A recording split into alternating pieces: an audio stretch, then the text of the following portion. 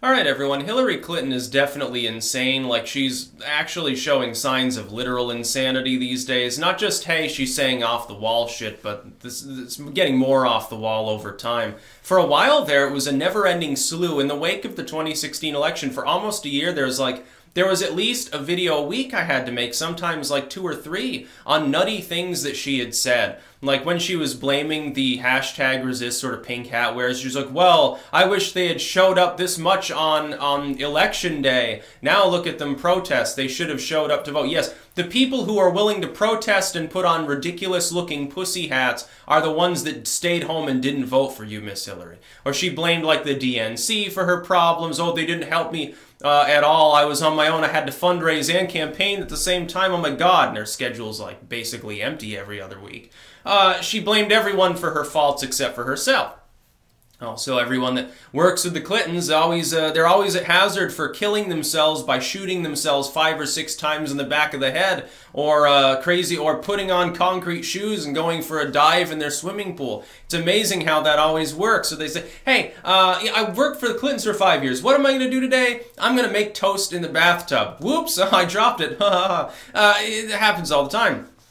Like literally dozens of times in the last couple of decades. Very, very mysterious. These people often are called to testify the day before the day after they die, so it's always very funny. But she's gone extra insane this time, because she's saying that Trump is like a white nationalist. You know, the same shtick that she's done before. That's not new. But then she's like comparing the 2016 election to 9/11. Literally speaking, it's like, where do you fucking get off? By the way, if any other politician said this, it'd probably be raked over the coals. I think the Republicans don't even care. They're not even going to bother attacking her, because I think at this point they realize as long as Hillary Clinton is center stage once in a while and is allowed to say stupid things, it actually decreases her own support and the support of the Democratic Party. I think the Republicans love Hillary Clinton. No, I don't believe that they dislike her at all. I think they're like, well, we're glad that she's not a president. We're also we want a long life for her. We want her to live for another 20 years because she can't stop doing the Clinton thing. And the Clinton thing is to weigh in on every fucking microscopic little policy. In basically a long-term revenge campaign that is only getting revenge against the Democrats. Really, Hillary Clinton, every time she speaks, harms Democratic causes outside of a few echo chamber blue states and urban enclaves where she can go and get a standing ovation. But those places are reliably Democratic anyway. The advantage she gives to the Democrats is that if she shows up and gives a decent speech, maybe turnout's a little bit higher. But right now, on the backs of the Brett Kavanaugh issue, Republican turnout's likely to skyrocket. Like, I wouldn't be surprised to see substantial movement in the generic ballot over the coming week or two. I can't imagine it's going to be in the Democrats' favor. I would have given 9-to-1 odds a few weeks ago that the Republicans were going to screw the pooch somehow, come away not having confirmed Kavanaugh, and really implode their own chances.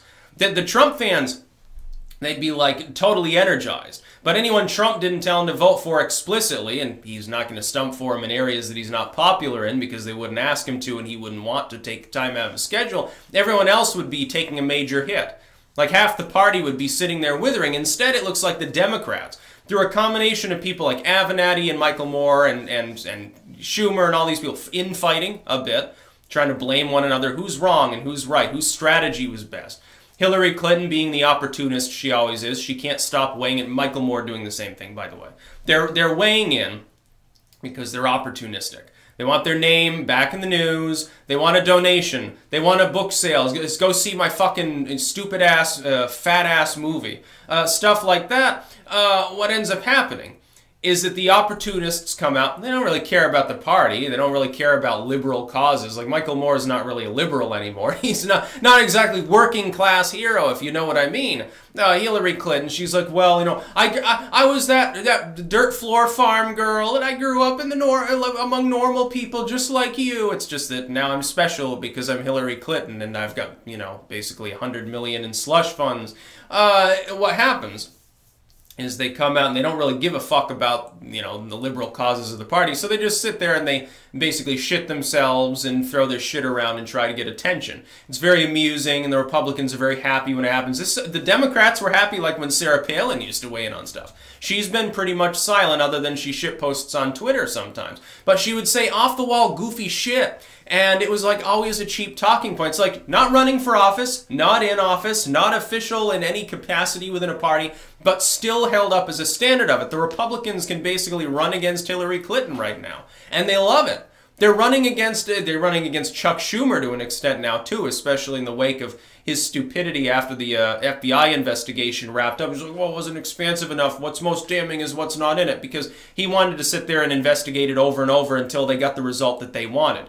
It's just like with the Mueller probe. They don't ever want to let it go. And if Mueller were to come out tomorrow and say, well, the probe's over, they say, no, no, no, it didn't last long enough. It wasn't expansive enough. There's this one person out in Timbuktu that they didn't talk to that knew Trump like as a business associate 20 years ago. Why didn't you call him forth to testify to you, Mr. Mueller? You have failed us. And they'll do exactly. By the way, Mueller should take note. If you end your probe at any time and you don't say like basically Trump is a madman or something, the Democrats will do to you what they've done to the FBI in the last 48 hours. They go from Mueller the magnificent, beyond reproach, any challenge against him is fascism, just like they did against with the FBI. They're like, well, Trump is a fascist for trying to tamp down the FBI. Suggesting that there are problems at the FBI is a form of fascism. Now all of a sudden they hate the FBI and they're like, well, fuck them. Their investigation was screwy. We don't believe it. It wasn't good enough. We know more about investigating than the FBI does, and basically trashing them up one side and down the other. They will do the same thing to Robert Mueller when he ends the probe. Which, I mean, they're not going to end it before the midterms, but afterwards you'll see increased pressure. Once Kavanaugh's there, it's going to be, what the fuck is Mueller supposed to do? Like, Sessions is probably out. Trump has several Supreme Court appointees that he's got there. He gets a third probably in the next couple of years with Ginsburg leaves. Which, by the way, that's not going to endanger Roe v. Wade either. I can't wait to talk about that. All of these things are stacking up deeply in Trump's favor, and there are still people that think he's at a disadvantage and can't possibly win. He can't win in 2020. The poll numbers aren't there. The media doesn't like him. He's evil. He has small hands. He's got health problems. It's magnificent to see people making the same mistakes they made in 2016, telling you he still has a 90% chance of being reelected if he runs.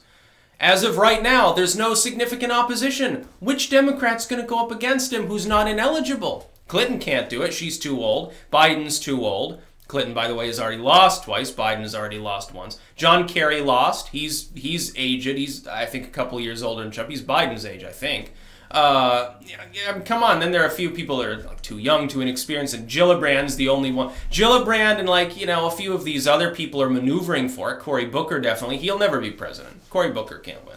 I would have said maybe a few weeks ago Cory Booker could potentially, feasibly be a viable candidate at least. Now I don't think he could because he got caught up in the Kavanaugh stuff. Some people weighed in relatively less. If you look at a who's who of who didn't weigh in too much, they made their position clear maybe once or twice, and then they shut up largely about it. That's a pretty good indicator, other than Gillibrand, I would say. She made a speech, I think, in front of the Senate the other day. Other than that, I think everyone else who would be on a who's who list, and basically they make a tweet, hey, I oppose Kavanaugh, and then they let the issue go. There's a reason for that. It's called, don't take too many issues on too many topics and actually give a position on them, because it gives something to be attacked, as long as it's more amorphous. And you're just like, well, yeah, kind of, sort of, be bland and centristic in some cases with some of these people.